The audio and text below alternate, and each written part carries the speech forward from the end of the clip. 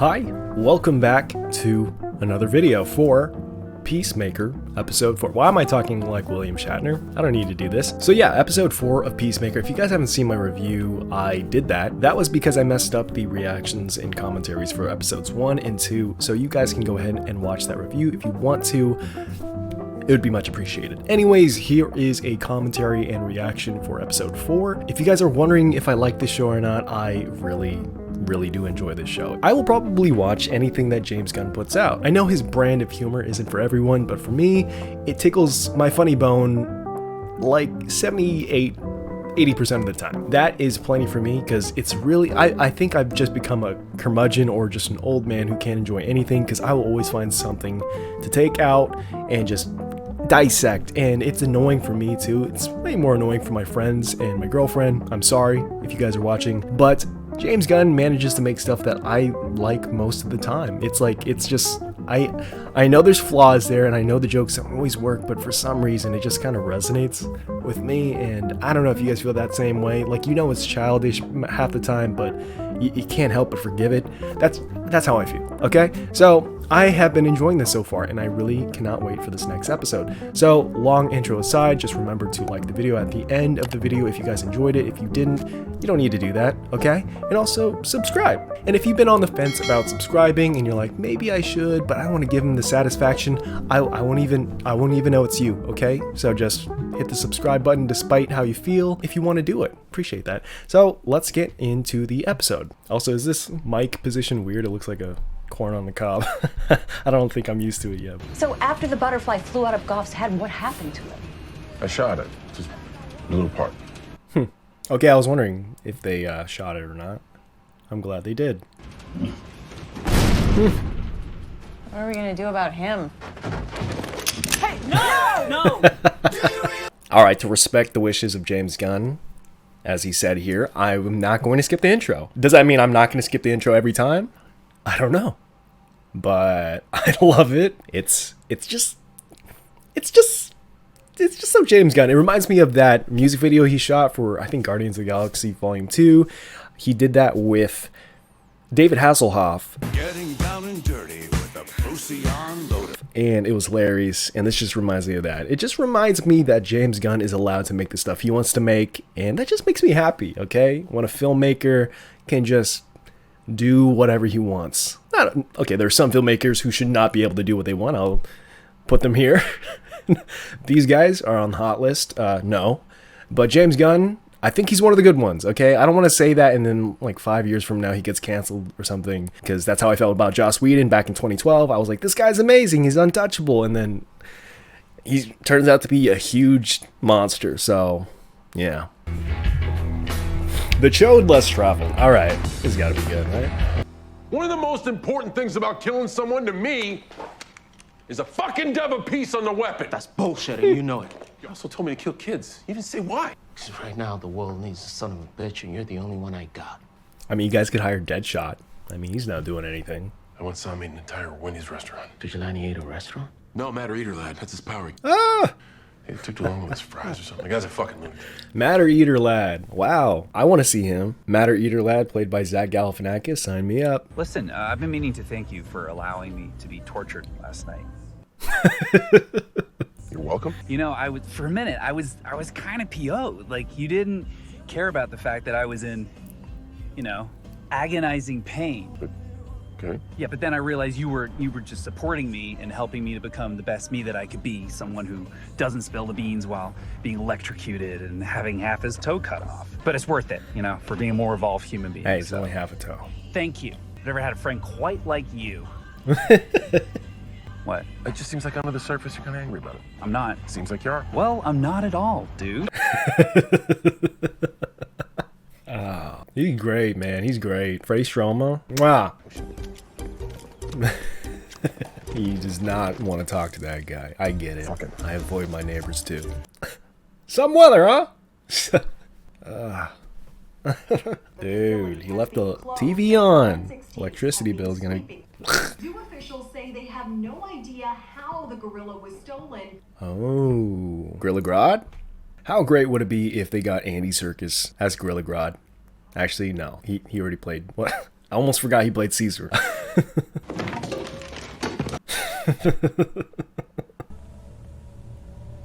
Whoa, what the hell is that? He looks like a final boss in a Power Rangers movie. Batman has a coterie of supervillains. Joker, Riddler, Mad Hatter. Wow. They are just name dropping in this series. Do you have a coterie of supervillains? No, he doesn't. So maybe you're not a superhero after all. Why does this guy want to start shit? I love it. Batman doesn't kill people. Because he's a pussy! He's a dark creature of the night. He's a jackass! Riddle me this. How many people you think Batman's indirectly murdered by being too much of a candy ass not to kill these fools who clearly need to be smoked once and for all, you wrinkly, Sharpay-looking dementia-infested fuck! Jesus. I was just trying to make conversation.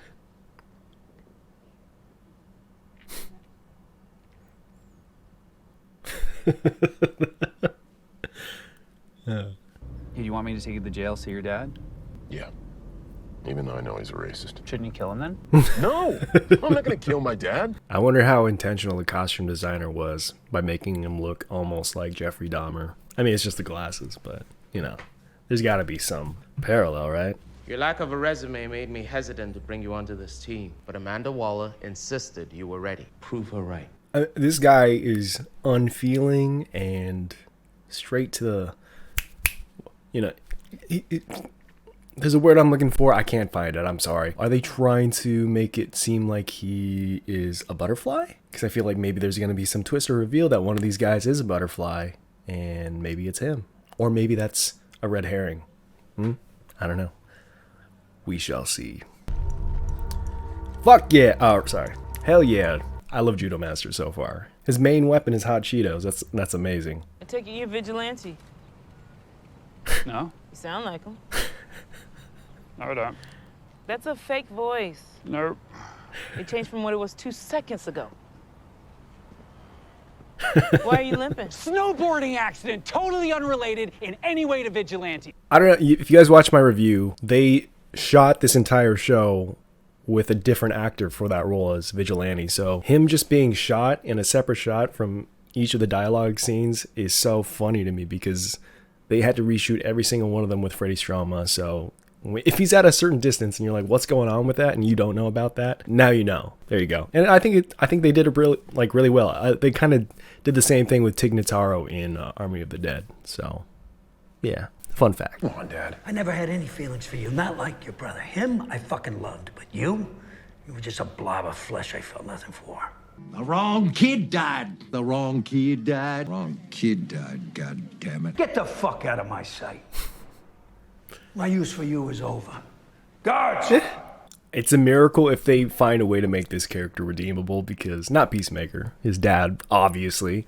It would be miraculous if they give us a shred, even a tiny bit of empathy for that character. He has a big heart, so he wants to find something to love there. But there is nothing to love inside of that man.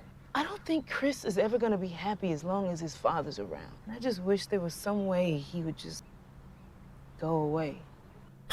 No, I don't like it. The wheels are turning. Did she mean to put a hit out on his dad? Because it almost seemed like she did. Oh God, is Vigilante about to kill his dad? My dad hates my guts. Everybody hates my guts. I'm a chode. Not the good kind. I don't hate your guts. John Cena's delivery is so funny.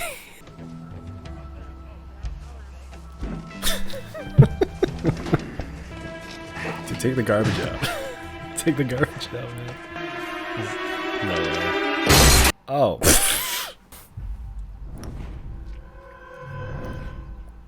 Oh shit. Oh shit. Ah. Oh. What the fuck do you think, Judo Man? Who gave him the bag of chips? Hey, I want to see that Detective Song. I got some information about the case. Hey man, why don't you just go through the bars, huh?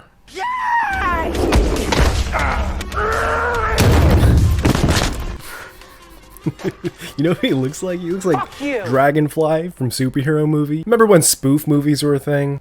Here's a picture. You have no idea. Butterflies, they're not what you think they are. Oh. Oh, she's hiding something, huh? Amanda Waller This is a big rematch. is just, she's always plotting something, you know? Where are her loyalties? Oh, he kept it. Oh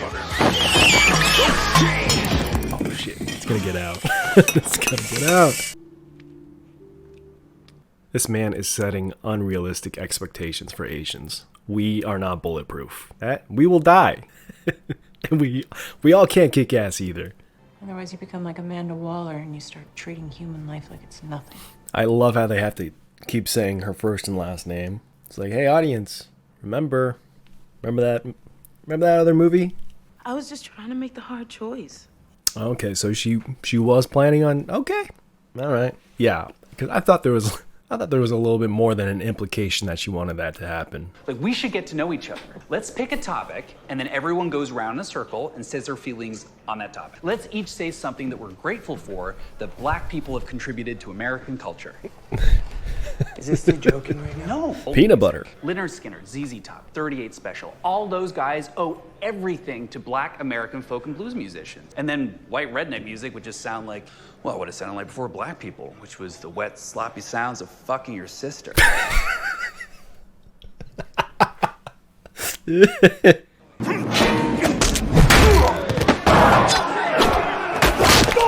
Jesus Christ.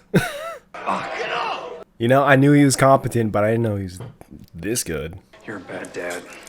I need to talk to Detective Song now! Oh, Jesus. Yeah, I figured you'd be here. Smith, you really have to leave me alone in my off hours unless it's work related. If you're just gonna go there for a bottle of beer, just go home and do it. I'm not saying you can't go to a bar for beer as a woman. I'm saying it's a lot cheaper to go home and buy a six-pack. Yeah, if you just want to be left alone and just have a beer, I don't know why she's coming to a bar like this. I'm just saying, just save some money. He's still alive. I'm Adrian. Okay. I think I might have made things worse.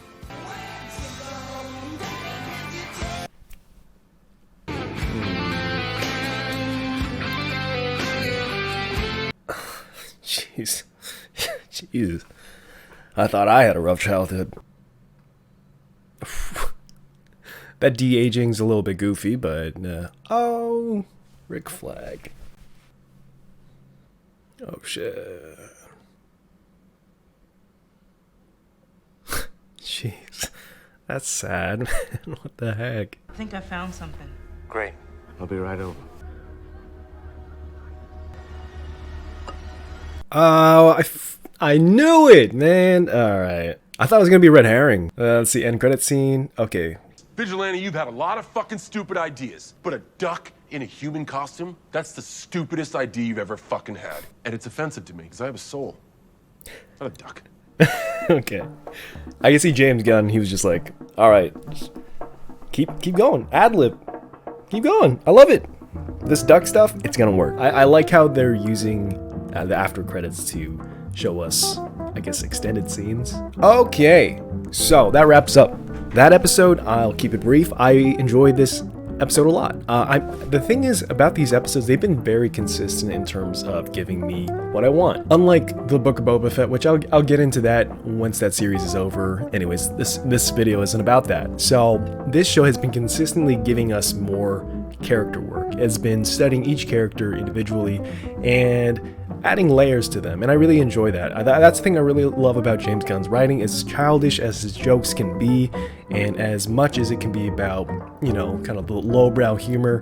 Between all of that, there are layers to these characters that honestly you wouldn't need to do for, you know, your entry-level superhero, whatever. The thing I really enjoy about this series so far, and especially in this episode, is that there's not like a crazy amount of action that needs to happen, and that's the thing I really love about TV series, is that there can be episodes where things just kind of slow down. People are just kind of thinking about what's been going on and kind of absorbing the situation and sort of self-meditation. And this one was kind of an exploration of that with the music montage, where each of the characters are kind of self-reflecting. Amelia Harcourt's character is pushing people out. We don't know why, but we understand that there's something going on underneath that character. And then we also see Myrn, who is being stoically silent, and then the payoff is at the end of the episode where wish fulfillment, or I guess what I thought was going to be a red herring is fulfilled at the end, and we find out he's a butterfly. And then we also get to see Adebayo, who is struggling with a relationship. Like, all these little pieces and all these little components to each of the characters. I think, at least out of all the characters, I think that John Economos' his story is a little bit less fulfilling. I would say he's more comedic relief, even though everyone is doing their own comedic bits in the series, but I feel like he has the least to do. He's literally just a babysitter in this, but I can tell he's still going through something as well. He wants to be taken more seriously. He doesn't like being the butt of the joke. So there are little elements like that that makes like this show thrive and makes you feel like, you know, you want to see the best for these characters. I think they're pulling off a Peacemaker show the best way you could pull off a Peacemaker show, which is just leaning into the ridiculousness of the character. We get a character like that that is almost like a joke, you know, on paper or in the comics, but we get him in a way where it's like he's still sort of ridiculous, but he's still a person. He's still human, he's still tangible. And that's the thing that I think James Gunn handles really well with the show, is that you have these ridiculous characters, and this also carries over to the Suicide Squad as well, but you have these ridiculous, way different characters than we've ever seen in any of our DC or Marvel properties, but you remember that they're human. You know, you remember that these are people with abilities or people with ridiculous costumes. I really enjoy that. I really enjoy seeing the humanity behind these characters. Sure, the jokes can be a little bit tiresome, and sometimes I'm like, okay, let's move along. But I feel that he knows how to toe the line in a way where if the jokes do get tiresome, at least we get a payoff emotionally with some of these characters. And with Vigilante in this episode, I feel like he's obviously the standout. I think he was the standout of the last episode as well. But that's not putting Peacemaker to the side or anything like that. But Vigilante, played by Freddie Stroma, is definitely the standout of this episode. You know, he makes a decision because Adebayo puts it in his head to put a hit on, you know, John Cena, on Chris's dad, or Peacemaker's dad, and he fails to do so. The thing that surprised me with that scene is that he was, you know, clearly capable of taking out people with his skill set, and I was like, okay, I was not expecting that. I knew that he was skilled with a sniper rifle, but I didn't know he was a skilled hand-to-hand combatant, so that was really interesting to see that, you know, this character, as ridiculous as he is, which I'm saying that James Gunn does a really good job of, as ridiculous as the costume is or whatever in this character is, and how honoring it is to the comic book counterpart in terms of his look, it's like he still is competent. He still is an expert in his craft, and I think that's really cool.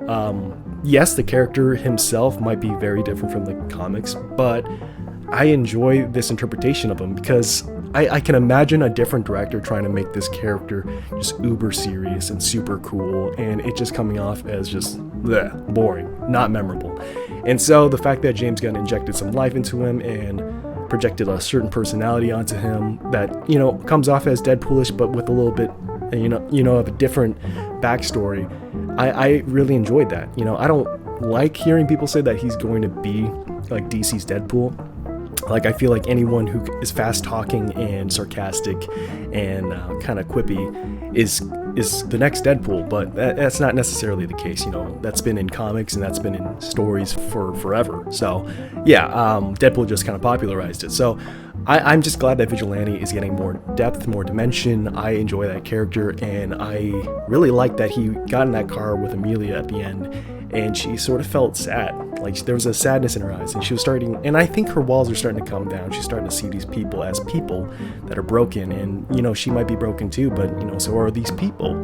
They're just trying to find themselves, and yeah, they've made terrible mistakes, and yes, this guy might be a psychopath, but there's still something there. There's still something that drives them and motivates them, and it's something that torments them. So I think she's starting to see that, and he totally is like, I blew it. He kind of lets his walls down too, while he leaves a prison, which is kind of ironic. Yeah, I just thought that was interesting, and I am enjoying this so far. This is the midway point of the season, and honestly, I'm pretty excited to see what happens. We see Judo Master, and he's about to reveal something about the butterflies. We could potentially find out the butterflies are not evil. Maybe they are using hosts to make the world better. That's one way it could happen, because we saw in the last episode how many butterflies there are globally. So because of that, there's no way that this small team is cracking down on a global scale. There's no way that that's happening. So unless they have teams planted everywhere around the globe, maybe that was established in other episodes, but if so, like, there's no way that no other teams are addressing this. There's no way that the Justice League is not being involved in some measure. So yeah, I feel like there's got to be some like neutral ground that the butterflies are operating on. There's no way that they're just pure evil. And also Myrn is a butterfly, so there's going to be some conflict there. So I really can't wait for what's to happen. This show is entertaining endlessly. I am enjoying it. Yes, it has its flaws, like I mentioned before, and I mentioned in my review. Those are carried over into this episode, but I really enjoyed it. I thought it was great. I had a blast. Enough me. So what did you guys think? What did you guys think of episode 4? Did you guys enjoy it? I hope you did, because I am really enjoying the show. I am enjoying anything that Gunn really puts together. I think Freddie Stroma is definitely a standout, and I can't wait to see more of him. So yeah, let me know, comments down below, and remember to like the video now if you enjoyed it. If not, you don't have to, and also to subscribe if you've been on the fence about it. Would love that. So thanks. And yeah, I hope you guys are staying healthy. I hope you guys are doing well. I hope you are waking up excited to do the things that you do, and that's all I gotta say. So as always, guys, I will see you later.